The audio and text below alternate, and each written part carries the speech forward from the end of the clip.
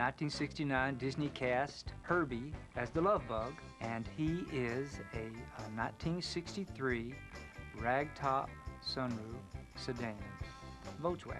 And it's kind of hard to pin down how many Herbies have actually been used in all the movies that they've done and the TV series and parades. And I do know of a place where the original Herbie trick car is located. I did track that down, but I'm not going to tell you quite yet. Let's stop kidding ourselves, shall we? This is just an ordinary little car, like a million other ordinary, rather unattractive little... I don't think you should have said that. Herbie's very sensitive about his appearance. The original Herbie in the Love Bug was the model for what all the other Herbies look like. And his basic features are that he's a white Volkswagen. He has number 53 for the racing number. His racing stripes are red, white, and blue, which is for the United States. He has a light gray sunroof. These features have basically remained the same for Herbie all through the years, but there have been some slight changes that I've noticed. For Herbie Rides Again and Herbie Goes to Monte Carlo, the light mounted on Herbie's front hood is a prop to hide a camera. The stunt driver driving Herbie from the back seat will use a TV monitor to see where he was driving. Herbie's blue stripe changed to a darker blue instead of a lighter blue that was in the original Love Bug. Volkswagen mounted a chrome VW emblem on the front of the hood. Of course, when you watch the Love Bug, it's not there. It's just kind of a white space. And they also put the Volkswagen hubcaps, which are on all the tires. Now, if any of those cars from Herbie Rides Again have survived, I haven't found that out yet, but I'm still looking. The next time Herbie changed was in Herbie Goes to Monte Carlo. Now, the light on Herbie that was in Herbie Rides Again still was mounted to the hood, but it had a black cover. In the Love Bug and Rides Again, he had the standard tires and rims that came on Volkswagen. But in Monte Carlo, he got some slicked up Goodyear GT radial tires and some special rims, and they were wider tread tires so he could grip better on the road. They gave him custom-made high bucket seats, which had a black backrest on the seat.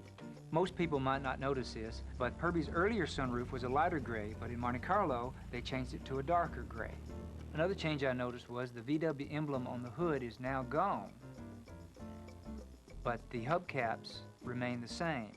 And the last change, which is the most important change of all, they added a fake gas cap, which was gray, and it was mounted right next to Herbie's door and the fender. Now, you're probably wondering, why would they put a fake gas cap on Herbie? Well, that's so that the jewel thieves could hide the Étoile de Joie diamond in Herbie.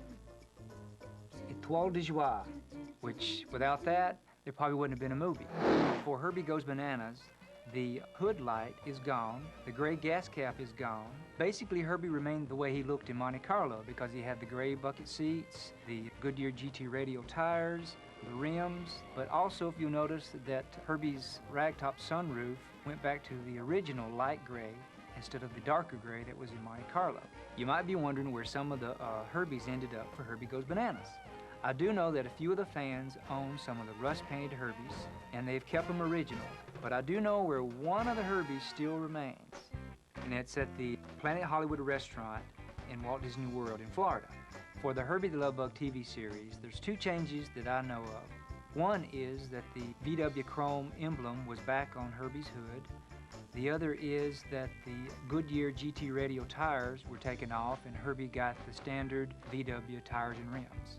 For the '97 remake movie, The Love Bug, Herbie had several changes. One was that the 53 on Herbie's front hood was in the middle of the hood instead of closer to the front.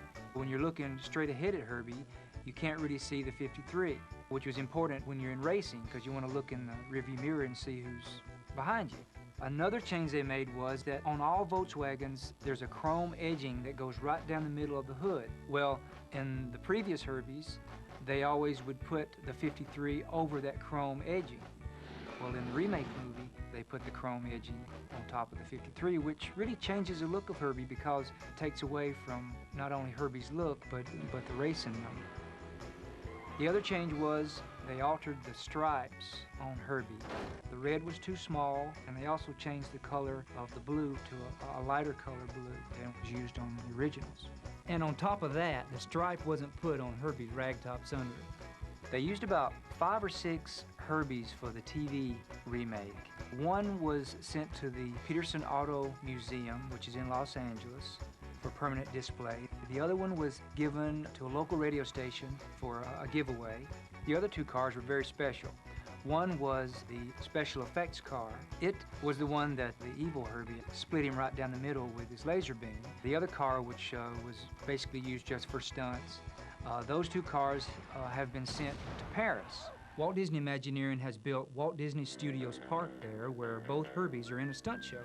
Now, next time you go to the Love Bug Hotel in Florida, take a look at the Herbie that's in the court area that they used for a photo opportunity. Well, that's the same parade vehicle that they used in the Magic Kingdom in Florida.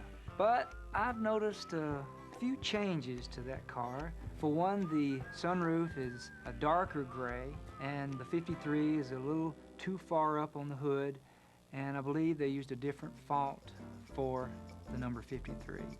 But this is just something that I've noticed. Over the years, they have made many, many Herbies, and all of them have found their own special homes in one way or another. But I know of, as I mentioned earlier, of a special Herbie that actually has survived from the original Love Bug in '69. And this is the Herbie that did all the special effects. You know, the doors flew open and the hood flapped and it squirted oil and just all the tricks that Herbie's known for. Well, that's the same Herbie that you will find at Dean Jones's house. So who better to own Herbie than Dean Jones, who was cast to play Jim Douglas in the original Love Bug. Mr. Jones, just a couple of questions. Just a couple of questions. Mr. Jones, what's the real Herbie like? Mr. Jones? Mr. Jones? You think about all the changes over the years from Herbie that I've talked about, it doesn't really matter. Because when you look at Herbie, you just see Herbie. And you accept him just the way he is. Because that's what Herbie does. You look at Tennessee Steinmetz, the character that Buddy Hackett played. The first time that Tennessee laid eyes on Herbie, first thing he said was, "Hey, he's a cute little fella." I agree with him. Hey, he's a cute little fella. And that's good enough for me.